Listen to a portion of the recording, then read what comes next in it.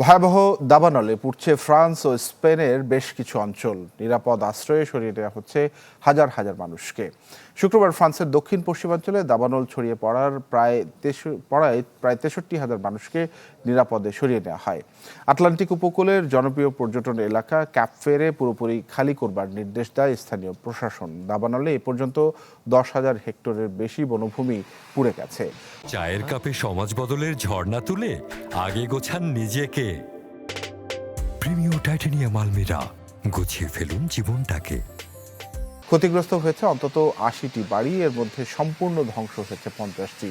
অন্যদিকে স্পেনের রাজধানী মাদ্রিদের উপকণ্ঠে একাধিক দাবানল সক্রিয় থাকায় জাতীয় জরুরি অবস্থা ঘোষণা করা হয়েছে। সরিয়ে নেওয়া হয়েছে 19,000-এরও বেশি মানুষকে।